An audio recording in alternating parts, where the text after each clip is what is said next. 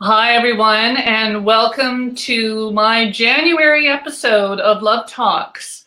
Love Talks happens every month where you see me talking to industry experts about a range of topics to do with love, dating, relationships, and even sex. Help educate, support, and awaken your romantic life. And I am thrilled tonight to introduce you to my guest, Lindsey Liu, who is a dating expert extraordinaire, specifically in the niche market of dating after divorce. And there's lots of us out there that are trying to date after going through divorce. So we thought when we were connecting last year, what a better topic to talk about. I know a lot of people struggle, certainly in my own business. I have people coming out of long-term marriages and they're completely lost. Never mind the technology, but even processing what just happened. So we're going to dive into all of that tonight.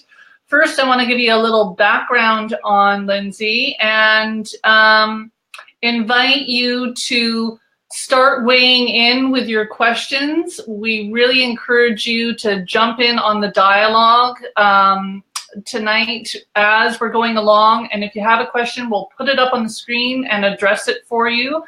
And of course, we encourage you to get in there. This is Conversations That Matter is the hashtag with Love Talk. So I want you to dive right on in. So I don't mess this up, actually, Lindsey. What I'm going to do is I'm going to invite you to give your background and what you've done. I know you are in the creative process of writing a new book, so I'd love you to touch on that and sort of where your wisdom is derived from and the people that you've been helping. Yes, absolutely. Well, first off, thank you for having me. I'm very excited to be here. As we've talked about, I felt very connected to you from the get-go, so it's amazing to be here with you. So my name is Lindsey Liu. I am a certified life coach and author. I am the founder of Soul Confidence, which is a community for women in their late 20s and early 30s who want to stop compromising on the person they're meant to be. And as I said, I'm an author of the book that's about to come out on February 10th of Divorced, Single, and Scared to Mingle. So the reason that I wrote about this book is that, surprise, I myself was a divorcee. I got married at the age of 25. You're like, hey! I got married at the age of 25, divorced 6 months later. And I can tell you all of the madness that happened before then, after then. But really, where I didn't expect to struggle, that I struggled immensely, was starting to date again. And more specifically, feeling as though I needed to settle, feeling as though I was not enough, feeling as though no one would want me. Who would want someone who's divorced that's 26 when they could have so many other women who hadn't been divorced before, who hadn't gone through this? So it was a real journey for me to get to a place where I finally felt good with myself and date in a way that felt authentic to me. I had just gone through a divorce. The last thing that I wanted was to act as anything else but myself in that process. And the advice columns that I was reading about dating after divorce were all, they didn't feel right to me. So they would say things like, wait, see how long he's been texting you and wait plus 5 minutes so that you don't seem eager, and all of this information. That the message that I was getting was, it's not okay to be you dating again. You have to change yourself to be someone that is desirable. And I was like, listen, I did not just get divorced to start being somebody else besides the person that I'm meant to be. So started creating this new process, went through an amazing process with myself, opened up dating after divorce, got my certified life coach certification through the life coach school, opened dating after divorce, and have coached hundreds of women now through this process that I outline in my book, and have since moved on to Soul Confidence. But divorced, single, and scared to mingle, it's my whole process for dating confident, real, aka being authentic, and compromise free. That's really important. Yeah, I love that. Can I just say I love the book title? Thank you. Thank you. Talk about affirmative action. I love it. And anything in it that empowers people. You know, I think we really connected because we're fellow love warriors. Mm-hmm. It's definitely a tribe of us out there that are really trying to create more love and connection in the world. And I love, love, love what you do. And especially, you know, I know you've transitioned to you're still helping women that are post-divorce, but you've opened it up to a broader clientele base. But it's still about that empowerment aspect. So what do you hear most often when, you know, and we're speaking to women, but a lot of this, what we're talking about tonight, is going to pertain to the male audience as well. So don't feel left out, guys. But what do you find is sort of the resounding theme or what you hear when people are coming out of divorce? What is it that people are sharing, or what's the biggest fear that arises? And I think it's really powerful that we share this, because I think oftentimes when people come out of a divorce or they're struggling even just with dating, they feel so alone. Mm. So let's blow that out of the water right off the get-go. Yeah, no, I mean, you just hit the nail on the head 100%. That feeling of being alone and as if no one understands, especially being a young divorcee, I will say, because, you know, a lot of the advice I was seeing too on the internet was stuff about co-parenting and having a connection with your ex-husband forever. And that was not my case, actually. We were able to make a clean break. We didn't share kids. And so it felt like this dirty secret that I had that I couldn't share with other people. And the thing that I hear from women when they come to me is there's a few things. So one of them is fear of failure. They equate their divorce to being a failure at relationships. They equate it to being incapable of achieving happiness at the highest level. And so that fear of failure will keep them from dating. You know, they don't even want to try because they don't want the chance to fail at it. So there's this fear of failure. Also, to your point about feeling alone, you know, feeling as though there's something wrong with them, that they're incapable of dating, that they're undesirable, because who's going to want a divorced person when they could have someone fresh and new and not damaged? I was so adamant that I was damaged goods when I got divorced. I was like, no, but you don't get it. I'm divorced. You definitely don't want to date me because I'm divorced. You know, making that decision for people. And so women will come to me with those issues in mind. And, you know, the thing that I always try to tell them is that dating is a journey just like any other thing. It doesn't have to end in a marriage. It doesn't have to end, you know, you don't actually have to be monogamous. You can date multiple people. You can date casually. The issue that I see women going into is jumping to conclusions when it comes to starting to date again, because they make it mean that when I start dating, I have to get married at the end of it. It has to be serious, you know, as opposed to being open to dating gets to be whatever they want it to be. Dating gets to be fun. It can be exciting. It can be really amazing. It does not have to be committal in any way. And so helping women to find that is an amazing process as well. Yeah, it's what works for them. Yeah, that resonates, like making that decision ahead of time. So, you know, what I found through my own work is that we have to do our own self-loving work to even be prepared for the practice of dating. But it doesn't need to mean so much. But before we jump ahead on that, you said a couple of things that I'd love to touch into that sound like it's really tying back to a self-worth issue. So if the relationship didn't work, you know, there's something wrong with me, or the marriage failed, so there's something wrong with me. And then we pile on top of it these bullshit stigmas of, you know, I'm married, so I was married, so I'm used goods and I'm sullied, or being single is a bad thing. And being like a divorcee is like doubly bad. Mm-hmm. So how can someone start to shake off these stigmas and start to really own and celebrate looking at things through a different perspective, how to shift their purview of what their beliefs are attached to their situation? Mm-hmm. Absolutely. The first thing that I advise my clients to do is you got to know what your beliefs are first if you want to change them.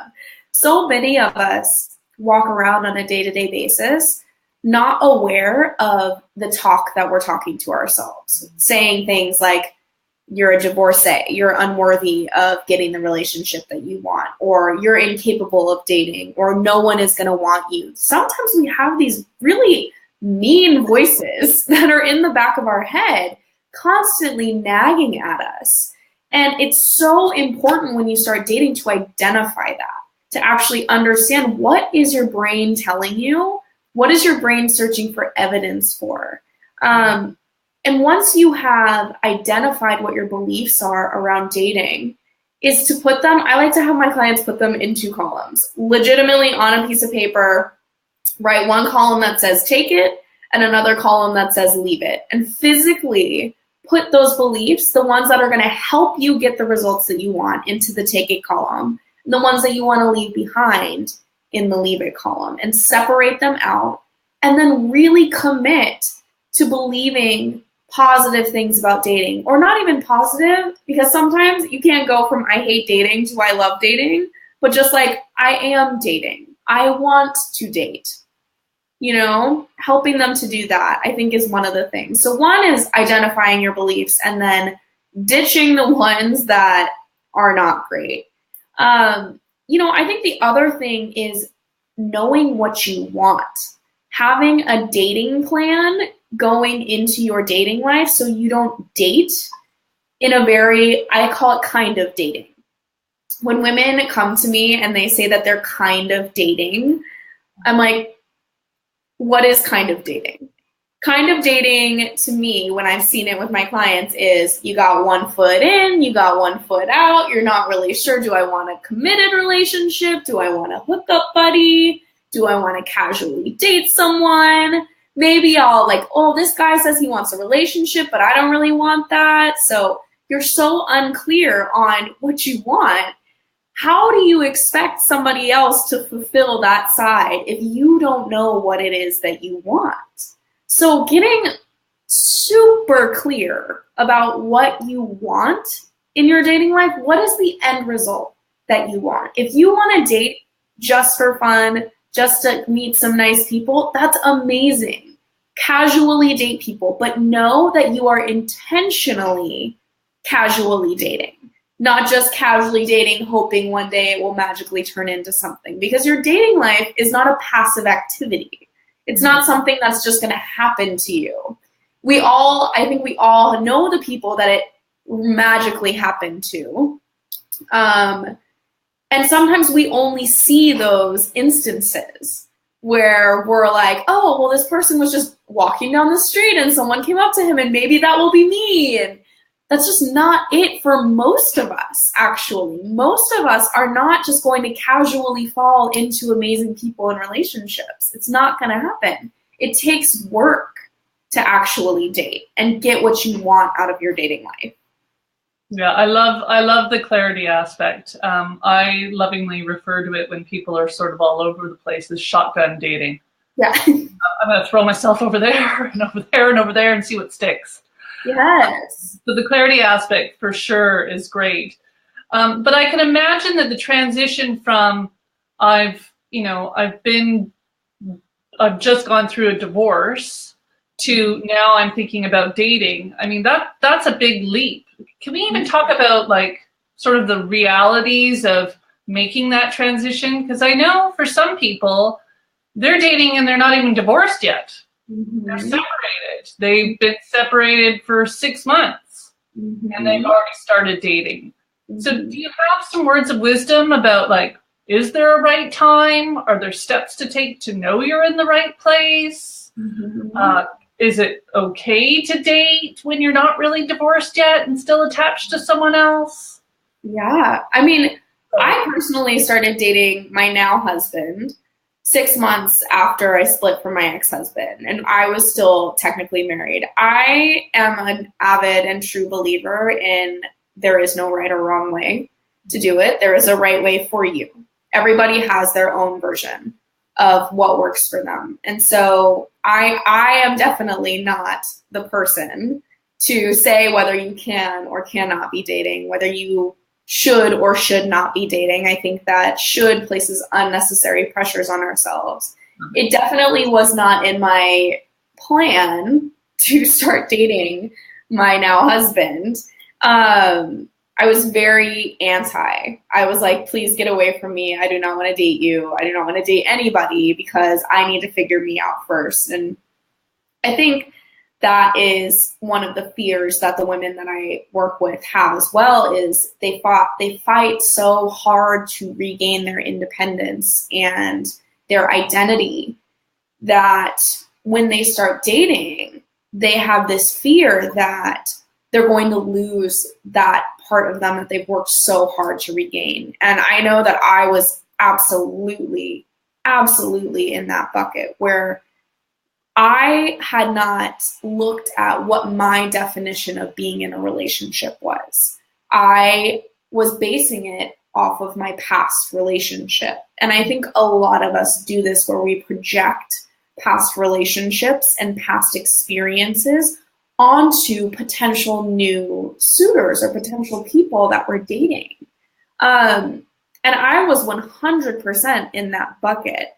I had this belief that relationships were restrictive and kept you from being the person that you wanted to be. And that if I were to be in a relationship, I would not be able to be the me that I wanted to be in the life. I thought it was unfathomable to be accepted and loved for exactly who I was and be in a relationship. It felt like an or statement to me. I can either be independent or I can be in a relationship.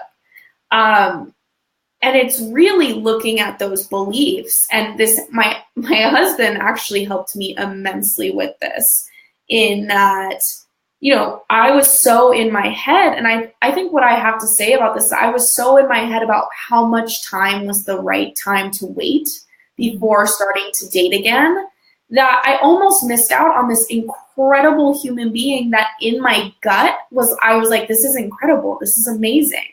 But I was telling myself, well, it hasn't been enough time. All of the blogs that know nothing about you are telling you that you need to wait 2 years because that's the right amount of time to wait. And it's just not true, right? He had asked me on a date and I was like, I do not want to date you. Please get away from me. Don't ever talk to me again. Like, I'm too scared. This is way too scary for me. And he was like, listen, I get it. It's okay. But here's the thing. And he just like said it so real to me, didn't even mean it as a diss. He was just like, I'm not asking you to marry me. Like, I'm not asking you to be my girlfriend. I'm asking you to share a meal with me because we enjoy each other's company and you got to eat anyways. And then he said it like that. And I was like, yeah, wait, you're right. Why am I making this more than it needs to be? Oh my gosh, I was already like down the altar and divorced again when he asked me on a date. You know what I mean? Like, where I was so gone. I was so gone already. And I think that's what a lot of my clients do as well, is they get so far ahead of themselves that this date means that we're going to go on 5 more dates, which means we're going to go on 1 million more. And then I'm going to meet his family and then blah, blah, blah, blah, blah, blah, blah. And then all of a sudden you snap back to reality and you're feeling extreme anxiety because you've convinced yourself that this man that's asking you on a date is asking you to marry him, which is not true. That's never happened. Yeah, no, that makes total sense. And I think it's important to say too, for those that possibly are listening, that if you really feel that strong, I'm not ready, and that you've got to that's fear running the show, then it's also cool to take the time out to do the work and kind of visit where that fear operates from.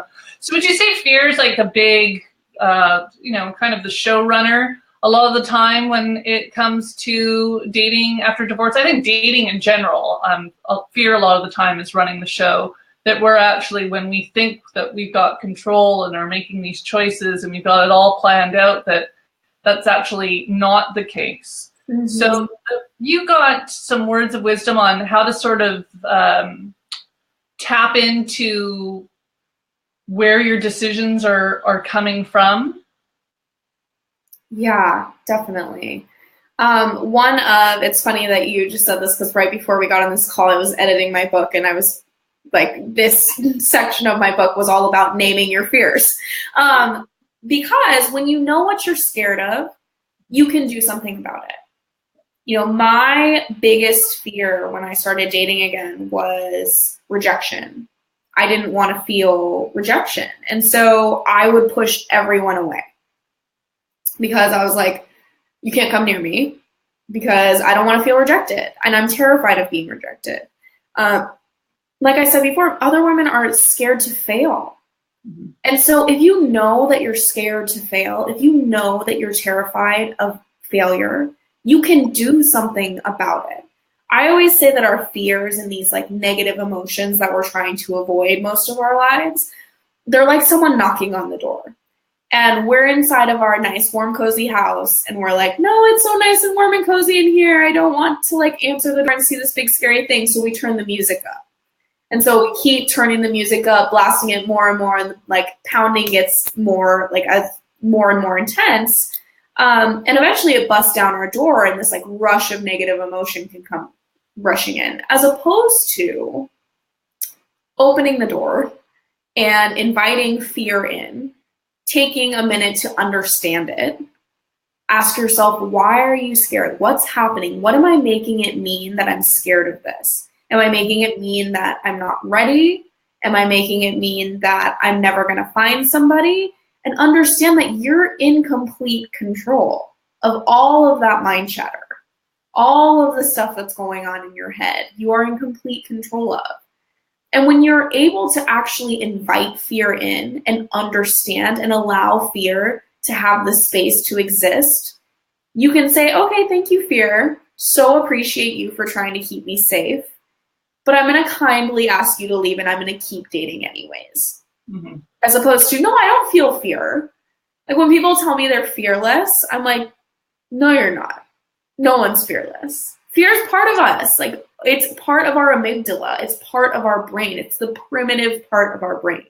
Mm-hmm. And I think what people mean when they say fearless is like feeling fear and doing it anyways, mm-hmm. Which is more like courage to me. But still. Yeah, no, I love that. So really what you're talking about is starting to create a level of awareness. Mm-hmm. Because when fear is running the show and we're not even aware that that's what's happening, and we're making these decisions like putting up walls and, deciding that, it needs to be 2 years. I was married for 10, so I have to be single for 2 in order to be ready to date, and allowing these other dictates to help us with our decision making. It's knowing that it's fear actually running the show. But a lot of people out there don't know that that's what is happening. They think they've actually got it handled. So I love that discussion around it being almost like a comrade that you can acknowledge, and that discomfort that arises is actually your body telling you that there's something a little off there, and to get curious instead of start judging yourself and tearing yourself down. Mm-hmm. Absolutely. Yeah, I love that. That's a great thing for people to take on, because fear can stop us from doing a lot of things, and using it as fuel instead, I think, is wonderful, especially coming out of a divorce and starting dating again. Yes. And I think the other fear that women struggle with is this fear of like this scarcity mindset, where like, I know for me, it was, are all the good men gone? Like, has everybody been wifed up? Are there any good men left? And and feeling as though I had the world's leftovers to choose from and that I would have to compromise no matter what. And so part of me was like, well, why would I even bother if I can't do it, based off of no facts, mind you. I was just completely making this up in my mind. But this, we come from this scarcity mindset of no one's going to want me. I need to settle because I'm the one who's divorced. Who am I to ask for what I want? I should be happy if anyone wants to date me. And those shoulds and that scarcity mindset, as opposed to remembering your worth and remembering how hard you've worked to become the person that you are, and that you are worthy of the partner that you want exactly as you want them. And you don't have to explain why you don't want someone. I've always said somebody being a nice person isn't enough of a reason to stay with somebody. I've heard that happen from so many of my clients where, and I did this myself with my ex-husband, he was a good guy. He was a good guy. And that was I was like, oh, he's a good guy. So I'll stay with him. He's a good guy. But not every good guy. There's so many good men in the world, like amazing men in the world. Just because someone is a good guy doesn't mean that he's good for you. And so being able to distinguish that and know that you're worthy of saying that you don't want to be with somebody simply because you don't want to be with them. And not having to rationalize it for yourself. So, there's lots of discussions so far tonight with in this conversation about the worth aspect. Mm-hmm. So how, if you've gone through a divorce, and some divorces are really ugly, they're a real challenge, especially when you throw children into the mix, and there might be custody battle or alimony, and all those things come into play, and it can really whittle down your self-esteem and self-worth. So where can someone even start to start empowering themselves again, and to even have that internal dialogue about, I am worthy? Mm-hmm, absolutely. I personally love, and this is a practice that I do for myself. I write myself a love letter every morning. Not because here's what I found that I was doing. I was trying to find my worth through other people. I was looking to other people to give me permission to exist the way that I wanted to exist, to love the way that I wanted to love, to want what I wanted to want. I was looking to everybody else for that. And so spending time with myself, and my suggestion is to spend time with yourself. You are dying for your own attention. It's so important to strengthen that relationship with yourself, because if you are feeling beaten down by divorce settlements and alimony and everything else, nothing can touch you if you feel good within yourself. If you are spending that time, if you are tending to your own heart, nothing can touch you. You have the ability to create whatever you want in your life. And that really does start from an amazing relationship with yourself. There's that phrase, you can't pour from an empty pitcher, right? You cannot give to other people what you don't give to yourself. If you are not spending time on yourself, if you're not understanding yourself and loving yourself and forgiving yourself.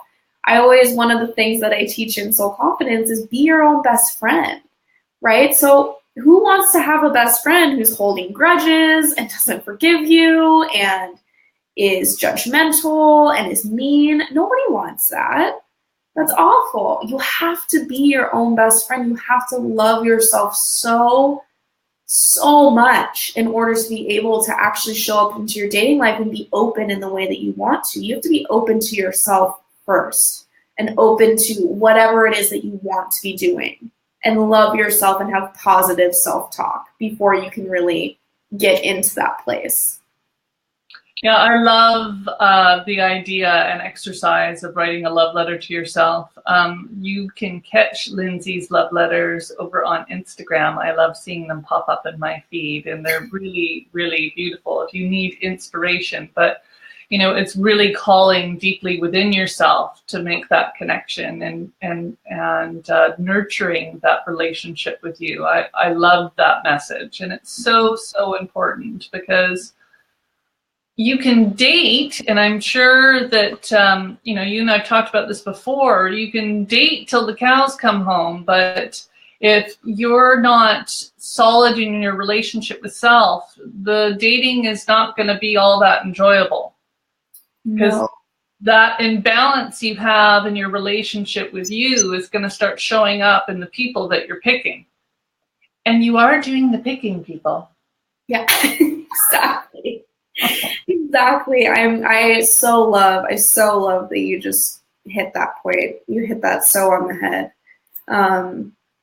You know, it's so important to have an amazing relationship with yourself before you're putting yourself out there. And even, you know, I wasn't totally whole myself. Like, I mean, I was totally whole when I started dating, but I continued to work on myself. I didn't just start dating and then like, oh, well, all my problems are solved. And that's like, I have found somebody. And, you know, it's one of those things where I still get coaching every week. I still go to therapy every week. I do both. I like spend time with myself every single day.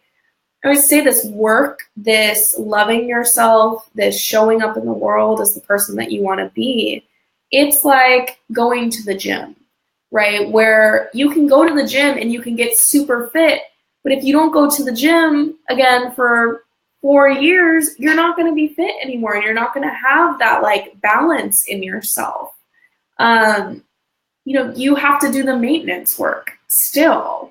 And so when people think that having a relationship or being in a relationship or finding a significant other is going to solve all of their problems, that becomes an issue for them as well, because then they get in the relationship and they're like, well, why aren't you solving all of my problems? I don't understand.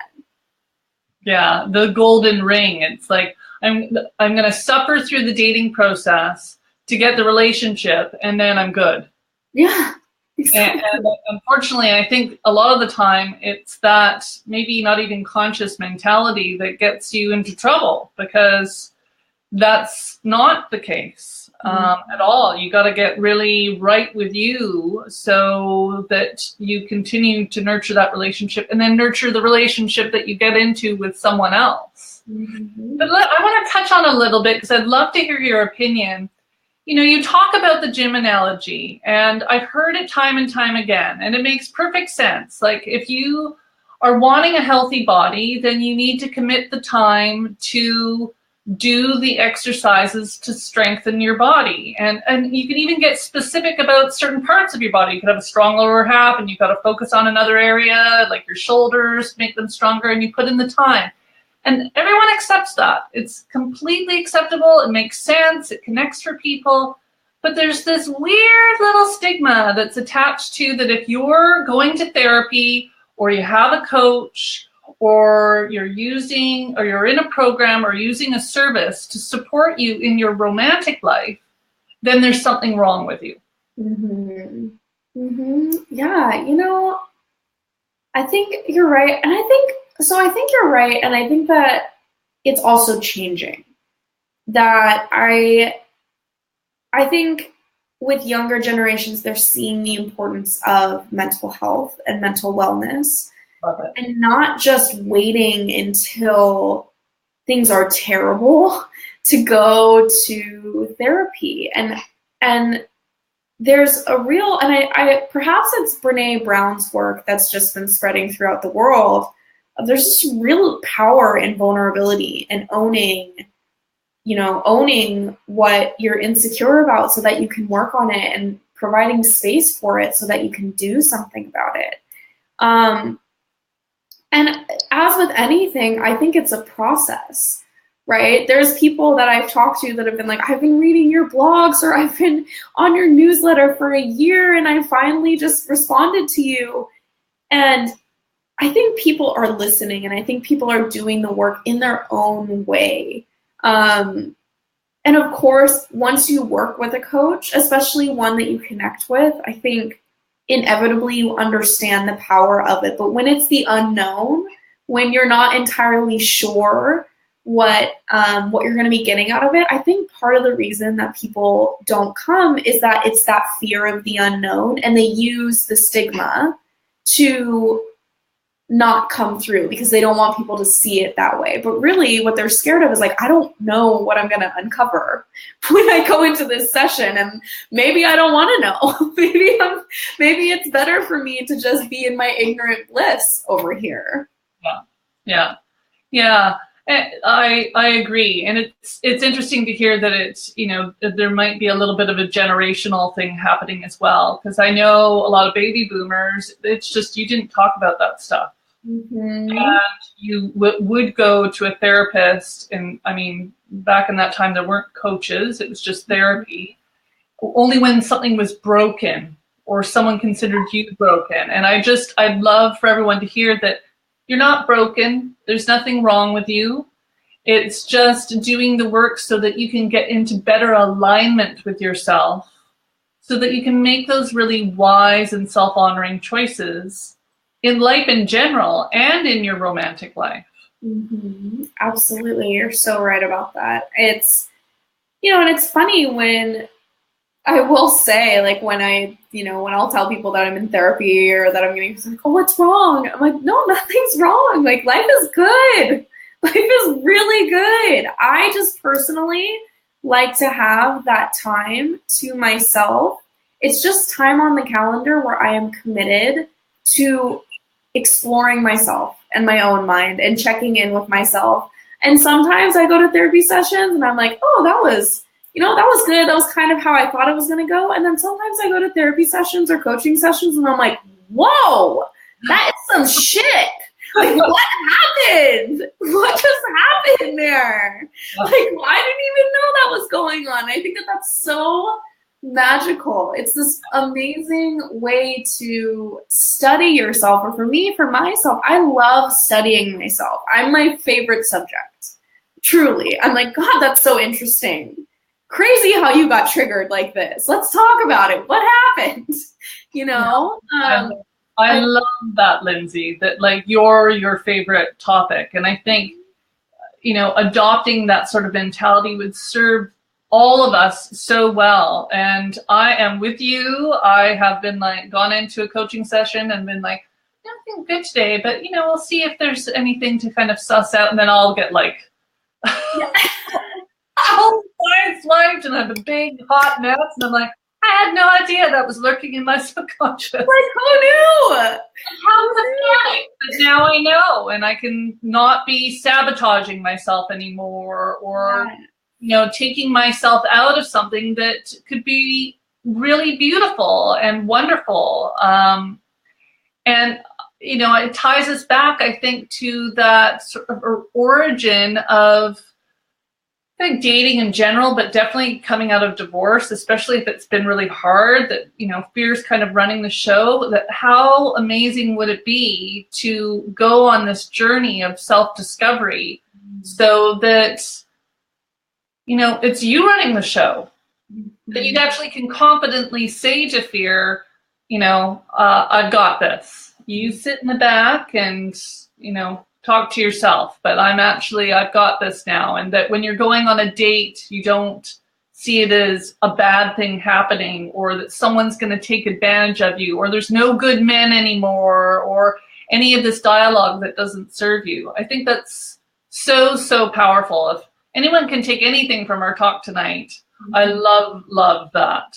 Yes, absolutely. Dating deliberately, like being very, very intentional about how you're showing up in the world, how you're showing up and how you're speaking to yourself before, during, and after. Yeah, I love someone. Because the pre-talk that we do before dating is also really important. If you're like, this is gonna suck, this isn't gonna work out, it's gonna be terrible, I don't even know if I like him, you're gonna be right. Whatever you're saying to yourself, you're for sure gonna be right. and same with during, and same with after. You know, all of these things, we're constantly talking to ourselves and convincing ourselves of different stories, whether like good or bad. And being aware that you have a choice in that it's not just fact, that you can choose to show up in a way that gets you the result that you want. And I don't say more positive, because sometimes the result we want is not always more positive. And so just having a very real conversation with yourself and being very aware about how you're showing up before, during, after your dates. Super important. That little check-in and a little bit of reflection. And I'd love to talk, touch into reflection a little bit. How much value is there in reflecting, like, where you've come from to make decisions in how you move forward? So before Lindsey and I hopped on, we had a little jam session, and we're talking about how we're actually making our choices in our dating partners. And we've talked about getting really clear about things. But how much value do you think there is, or do you offer in your tutelage to people that are re-entering the dating world and reflecting in the choices that you've previously made to make your choices moving forward? Mm-hmm. It's a really tricky thing to do. Very tricky. Because you want to take the lessons that you've learned without projecting onto the new person that you could be potentially dating. And this also, as with a lot of the things that we've been talking about tonight, comes with awareness about what your beliefs are about dating. What are your beliefs about marriage? What are your beliefs about relationships and sex and like how communication? What are all of your beliefs about that? Because only when you know what you believe can you determine what is going to get you the results you want and what is not going to get you the results you want. Yeah. And it really does. It takes that introspection and check in with yourself to be able to determine what it is that you want, what it is that you're looking for, and what it is that you're not looking for as well. I think that, having gone through divorces, like, yeah, there's shit you're not looking for. There's like a no-no list, right? There's the list where you're like, absolutely not. I'm going to run for the hills if this happens. And then there's a different list, right? And being so clear about what that list is for you, and naming it, writing it down, saying, what I really don't want in a partner is someone who needs me to be something for them, or somebody who wants to be around me all the time. I'm not that person. Or someone, whatever it is that's on your "this is not for me" list, be very specific about that. Be very specific, because if you're just like, oh, I'll just know it when I see it, you won't. You won't. You'll project onto people, and you might find excuses not to be with somebody, as opposed to checking yourself and being like, does this person really fall into this no bucket? Or am I just scared because I really like this person and so I'm trying to pull away? Because that was also something that I dealt with. I was like, I really like this person, so let me try and mess it up so that it doesn't happen. Yes, the good old sabotage. I love that. And we're running up against our love upper limits. Let's just take before we even get started. Yes, I've certainly been guilty of that myself. Yes. But I really love that clarity aspect and taking the time to do that reflection and know what your no's and yeses is. It's when we get sort of in the gray navy area that we can run into trouble. And having ownership of your yeses and nos and the whys behind them. I like that. I like that. I want to touch on values a bit before I dive into my last, final questions with you before we wrap up tonight. And you said something really beautiful earlier about choosing from a place of value. So, you know, there's many a book and blog and article about like the list and, you know, he should be making X amount of figures, or she should look like this, or he should be this height. But we kind of, in doing that, we're really missing the meat of who someone is, because we're all going to evolve and change. But I think what runs our lives is our values. I remember hearing once at a talk that, you know, take a look at your bank account and it's a wonderful diary of what your values are, like where you're spending your money and what your values are, and getting clear about that as well. But what's the value in knowing your values in dating? And well, let's just say in dating. Yeah, I think knowing your values is invaluable, in that it's like the most important thing.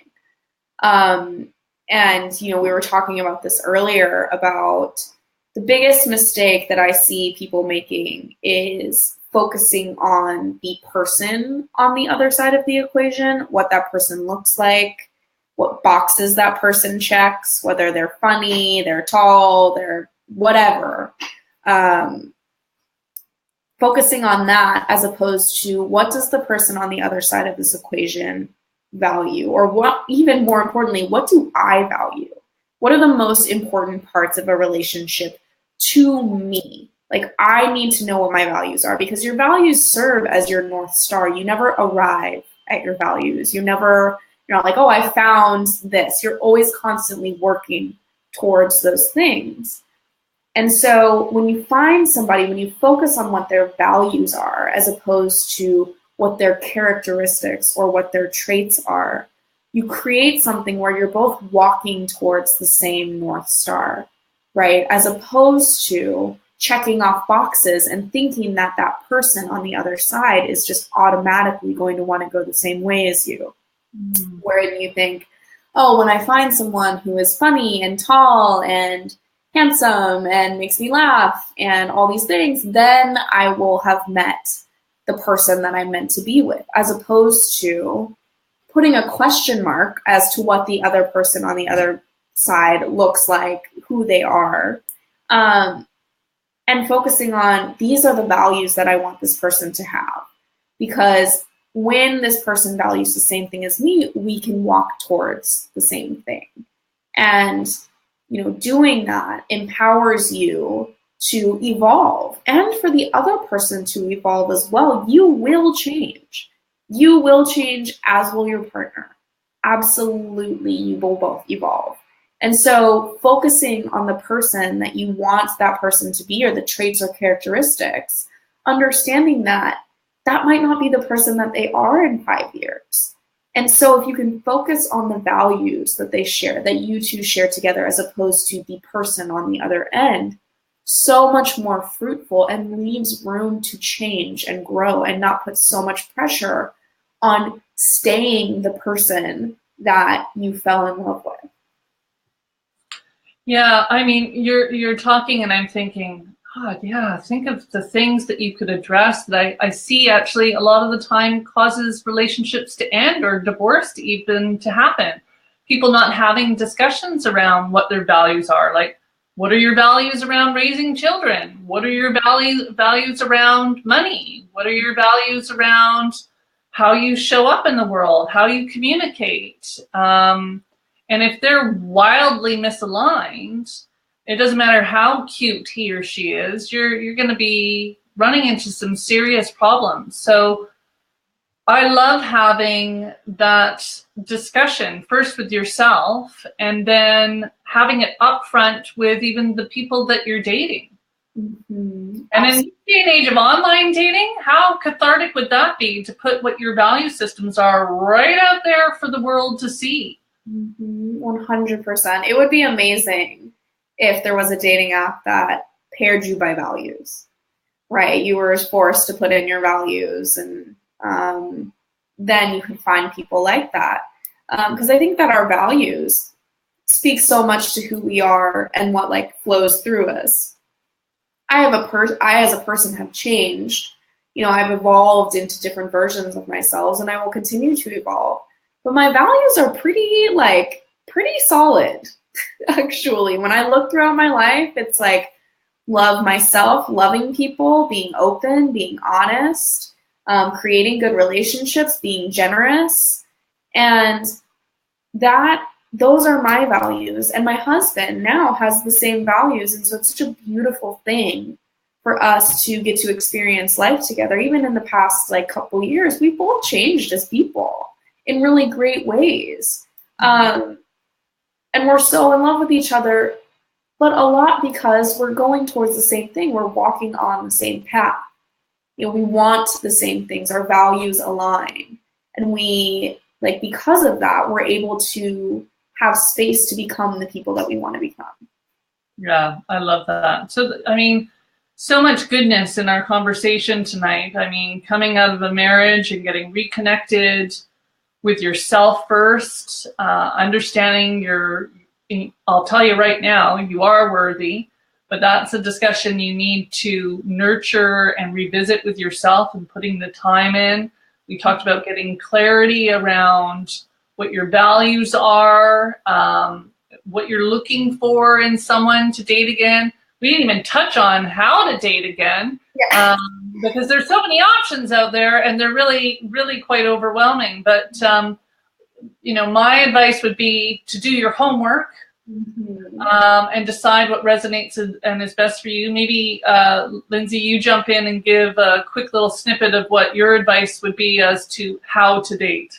Yeah, I'm totally with you on that. It was so funny. I actually meant to tell you this before, that I was coaching an amazing woman, and she was just so down on dating apps. And I was like, okay, so just don't use dating apps. And she goes, you can do that? I was like, yes, you can do that.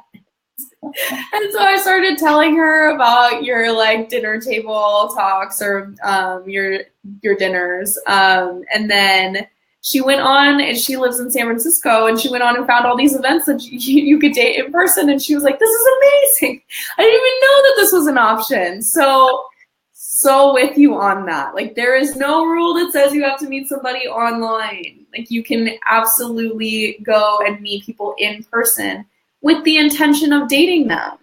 I think people think, oh, I have to meet them at a bar, I have to meet them out, and it's just so hard. There's dating events. There's so many dating events out there. Go and look at them and go and understand it's gonna be uncomfortable. You're gonna feel like you're never gonna just show up and be like, I'm so excited to be here. It's scary. It's scary to date people because you're scared of feeling rejected. You're scared that no one is going to want you, but you want you, and you are amazing. And so you have to know that about yourself before going into it. But yes, there's dating events, live people.